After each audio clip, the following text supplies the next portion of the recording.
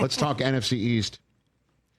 The Washington Commanders, as we all know, it was an ugly win week 1 against the Giants, and then it got ugly for them in Green Bay to the point where they lost Jayden Daniels for 2 weeks. Marcus Mariota, in his first game in the place of Jayden Daniels, throws one to Terry McLaurin, who almost scores a touchdown. He gets taken down. It's called a touchdown. It's then ruled no touchdown. He's out at the half-yard line, not because he mistakenly flipped the ball in celebration too soon. He's just taken down in week 1 and then taken out of the game, and now he hasn't played in 2 weeks. And it's kind of like, what's up with that? What's up with that? They win that game, Washington, against Vegas, but lose in Atlanta the next week. And Jayden Daniels is now coming back without McLaurin, and he's got a knee brace. And who the hell's running the football for him anyway? Right. That was the question about the hold on a second. Yeah. Can you please move? Oh, you can't see me. He can't I see mean, literally standing right behind me. There's another guy with a rake. There's Okay, two that's of great. them. But the bottom line is, this is a team that coming into week number 5 had not played like the team that had knocked everybody out of the playoffs except for the Philadelphia Eagles last year. Right? And then they showed up in SoFi, and the one thing that I take away from this game, with 27 unanswered and a ton of takeaways and sacks-a-palooza of Justin Herbert, a Chargers team that is definitely missing their 2 tackles now. Definitely. Oh, yeah. It's now really coming home to roost. And this team that we saw in SoFi on Sunday for the first time in 2025 looked like the team from last year, where they were bringing the wood, and Jayden Daniels was an absolute task for the defense. And I saw that, and then Bill Croskey-Merritt. Nice to meet you. Bill Croskey-Merritt. Sounds like that guy you meet at the Elks Club trying to sell you some real estate. Having a couple cocktails. Yeah. Hi, Bill Croskey-Merritt. Nice to meet you. Just ripping heaters. Was he ripping? Dude. Bill Croskey. He sounds like, doesn't he? I know. It's like Bill Brass. Not wondering about the run game now, are we? Are we? I'm not. That was it. That was Rick Dalton GIF right there. Yeah. Now, Jayden Daniels wasn't running it in and throwing it in and doing all of, he wasn't lighting up the fantasy world. You know what I mean? No, Debo's balling too. That's correct. Debo is balling. That's right. And so that was a script flipper right there for Jayden Daniels, who came up with his 12th game with 200 or more passing yards and no interceptions since 2024. And the only ones who have as many such games are Lamar and Jared Goff. Mahomes can join them tonight. And Bill Croskey-Merritt, 111 rush yards, two scores, and 39 receiving yards as well. He leads the NFL in yards per carry. It's 6.6. Ooh. Okay. 27 unanswered. That was large. A win after being down 10-0. Largest win after facing a double-digit deficit for Washington since 2001. 1.5 sacks for Vaughn.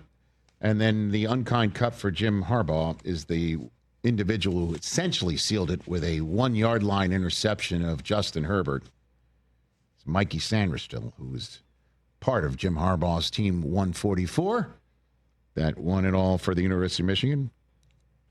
The last undefeated team to win a national championship. Maybe ever in college football. So, well done, Washington. And they're now 3-2, just one game behind Philadelphia.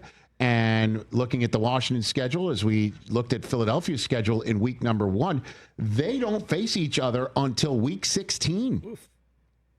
And then they face them in week 18. And in between is Washington's home date with Dallas, where they visit in 2 weeks. The next game for the Commanders is a Monday nighter. Chicago coming off of a bye. And that's going to be lit. As Jayden Daniels is back, we're assuming maybe McLaurin could be back, and they are back in the spot where the Hail Mary took care of Chicago and essentially started a tailspin for the Matt Eberflus era for the Bears. That's their next game before a visit to Kansas City after the visit to Dallas on a Monday night, Week 8. Oh, baby. Yeah. Home for Seattle, home for Detroit. Next 5 are pretty big for the Commanders. Pretty monster big for the Commanders before they go to Spain and then have a bye week. Perfect time for them to show up looking like last year, which is what I thought they looked like for the first time this year. And your Dallas Cowboys, pal, I don't want to hear it about, oh, the Jets this, the Jets that, this, that, the other thing. Look at the Arizona Cardinals. They lose to the Titans. Mm-hmm. Look at the Bills against the Patriots. All due respect, Chris. All due respect. Say that the first. Bills are supposed to win their home games against the division opponent. It doesn't matter who you face. You have to beat the ones that you are facing because this is not homecoming. This is the National Football League. Okay? So your Cowboys, pal, got it done against the Jets team that just had a short week in Miami and wanted to show up and show out for their coach and make sure he's not the first 0-5 team in the history of the National Football League without a single takeaway by the defense, which they now are. Oof. Unfortunately for Aaron Glenn, he deserves a better fate than that. And the Dallas Cowboys minus CeeDee Lamb go in there and take care of the Jets. And, you know, could you say Dak's playing his best football of his career? TJ, you've watched them all. Yeah, I think it's safe to say. Don't you think? The advanced numbers on what he's doing, you know, when you do a deep dive, he's having an amazing season. 18 to 29 for 237 yards and 4 touchdowns. 4 of them. But we all know Dak is only going to be judged based upon what he does in January. 19, which, by the way, you can get to January right now. 2-2-1 is absolutely in the mix in the NFC. Let's get CeeDee Lamb back. Let's figure out what you can do on defense. Mm-hmm. Look, and then one other thing before I'll give you the floor. Honestly, one of the many reasons why I wasn't buying into the Cowboys this year. Mm-hmm. First of all, was the head coach. I think he's proven that he's pretty darn good. I think so. Brian Schottenheimer. He's calling the plays. The offense looks terrific. It's one of the best offenses in the NFL. And one of the reasons why they are is the other reason why I thought I needed to see it before I could buy it. We were saying this also, Chris. You were on the board of like, who the hell's going to run it? Yeah. Devonte Williams. Yeah. Let's check the box. He's been awesome. He's great. Yeah. And I kind of thought so. You know, he had a great rookie year. Then injuries took over, right? Yeah. He got hurt. He had to rehab. But, man, I am so happy with him right now. $135 and a score yesterday behind an offensive line that was missing 4 or 5 guys. Yeah. So the offensive line is, in all honesty, you got to look at it this way. Sometimes you got to look at the alternative, correct? All right? Mm-hmm. And the alternative could have been they go into New York, a Jets team pulls it together before they go to London and beats a team with a very talented defense, which they still have. I mean, they're missing Quincy Williams in a big way. Okay? And so the Jets could have beaten a team that had been down their best receiver and 4 of their 5 linemen. Mm-hmm. The running attack could have been non-existent, and you're like, oh, well, look who ran for 200 yards for Carolina. The guy that they just let walk, Enrico Dowdle. Yeah, exactly. Like, that could have been, and the Cowboys are 1-3-1, and what the hell's wrong with them? And instead, they're 2-2-1 with them. I think this is an impressive win in MetLife. Look, and they're right there. They're 2-2-1. The Commanders are 3-2, and the Eagles are sitting there at 4-1. Let's go to work. Yeah. Let's go to work. We have Dak after the game on this front. Oh, and because the fans were chanting MVP for him. Because, you know, you guys are everywhere. This is true. No, North Jersey. That's a big Dallas crowd. I bet. Here we go. Hit it. Hear my life. We travel. I mean, my ears work. So I heard it, but I didn't hear it to your answer. It's week 5. I don't care. I don't care if it was week 17. Right now, the success and the continued success is going to happen. It's just a beneficiary of all the guys in that locker room. I didn't play near as well of a game that I wanted to. Well, too many incompletions. I got to look back and see why. But, yeah, I mean, yeah, sometimes, it's just happy and excited fans. Obviously, he's playing the best football of his career, I think. And on top of it, you normally, when you lose your top receiver due to a freaky run play, right, you're not going to go 7 touchdowns with 0 interceptions and a passer rating of 128.7 over those 2 games. But guess what he's done? That. And when the defense couldn't stop the Packers, he was answering. Well done.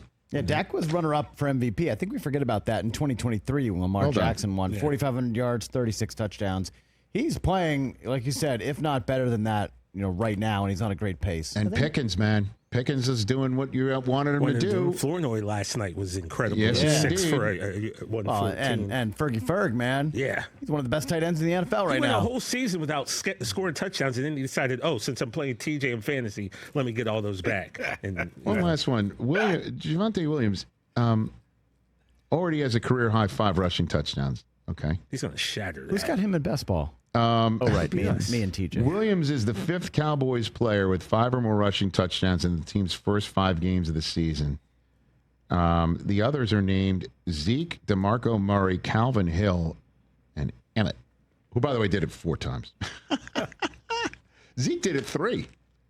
Zeke was nice. Here's another little Cowboys stat. Williams and Ryan Flournoy, the receiver, Yes, sir. they became the first running back wide receiver combo in Dallas history. We're talking the Dorsets, the Emmets, the Pearsons, the Irvins, to each have 100 yards before halftime. First time it's ever happened in Dallas history. Dude. A running back with 100 yards, receiver with 100 yards before the half. Good job out of them. I thought it was a nice win for him. It was. And Rich, I'm not trying to say this team is great, but as I was telling Chris, we are, one drop pass, and maybe if our time guy was a little less scrupulous. I'm just This saying, guy over there. we're Hey, that away let's from not being do that. 4-1 Let's is look all I'm ahead. saying. Let's look ahead and know that you're taking on a Carolina team in Carolina next week that is much better at home. They shut out the Falcons and they came back on the Dolphins. Why is it that when which I try to Carolina's say not something done good on the about it, road. you guys try to shut me down? I And was then- trying to be like, no. And then it's a Rico got Dowdle your back. revenge game. Thank you. It's a rare Rico Dowdle revenge game coming up next week. Hey, you made it all the way to the end. Thanks for that. Check us out every single day streaming live on Disney Plus and the ESPN app 12 to 3 Eastern.